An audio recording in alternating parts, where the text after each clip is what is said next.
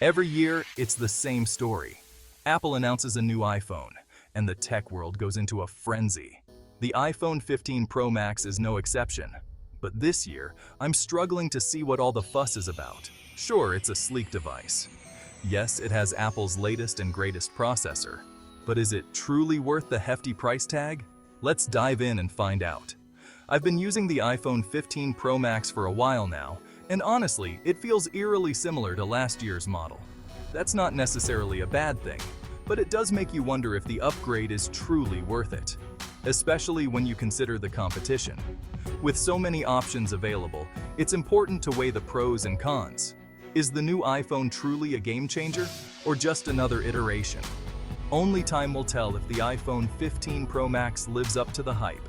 For now, the hype train rolls on. Let's start with the design.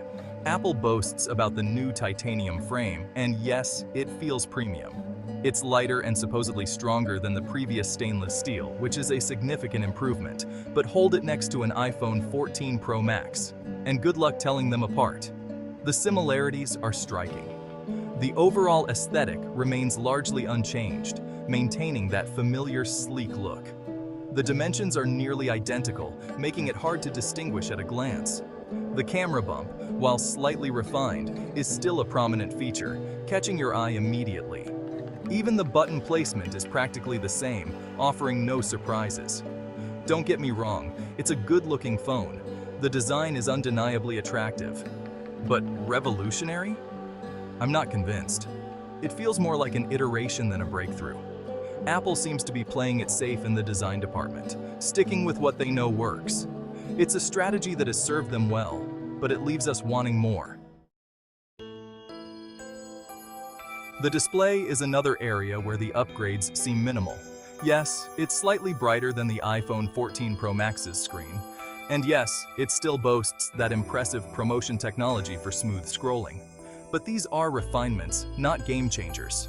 Meanwhile, competitors like Samsung are pushing the boundaries with foldable screens and under-display cameras. The iPhone 15 Pro Max feels almost stagnant in comparison. It's a great display, no doubt, but it's not pushing the envelope in the way we've come to expect from Apple. Section 4. Power that's overkill. Then there's the A17 Pro chip. It's the first 3nm chip in a smartphone, and Apple loves to tout its raw power. Don't get me wrong, it's a beastly processor. But let's be honest, most of us aren't pushing our phones to their absolute limits.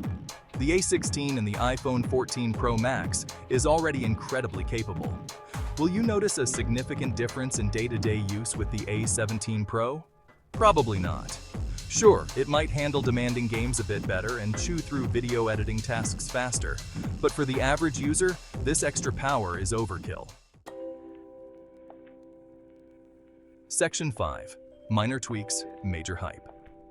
Apple also made a big deal about the new Action button and improved battery life. The Action button is fine. It's customizable, which is nice, but it's not a feature that drastically changes how you use the phone. And the battery life? Yes, it's slightly better than the previous generation, but we're talking about an extra hour or two at most. It's an improvement, sure, but not a revolutionary one. Other phones on the market already offer comparable, if not better, battery performance. Section 6. Camera comparisons. Where's the wow factor? Let's talk about the camera, often a key selling point for iPhones. Every year, Apple promises significant upgrades, and this year is no different. The iPhone 15 Pro Max does boast some improvements, including a new periscope lens for enhanced zoom capabilities. This is a feature that many photography enthusiasts have been eagerly waiting for. But again, these improvements feel iterative rather than groundbreaking. It's like Apple is taking baby steps instead of giant leaps. Compared to the iPhone 14 Pro Max, the differences in image quality are noticeable in certain situations, but not mind-blowing.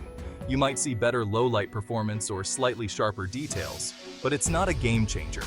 And when you pit it against the competition, like Google's Pixel 7 Pro with its incredible computational photography, the iPhone 15 Pro Max doesn't necessarily take the crown. Google's advancements in AI and software make a compelling case. It's a great camera system, no doubt about it. The photos are crisp, the colors are vibrant, and the overall experience is smooth. But is it the best? Is it the ultimate camera phone that everyone should rush out to buy? The answer is no longer a resounding yes. The competition has caught up, and in some areas, even surpassed Apple's offerings.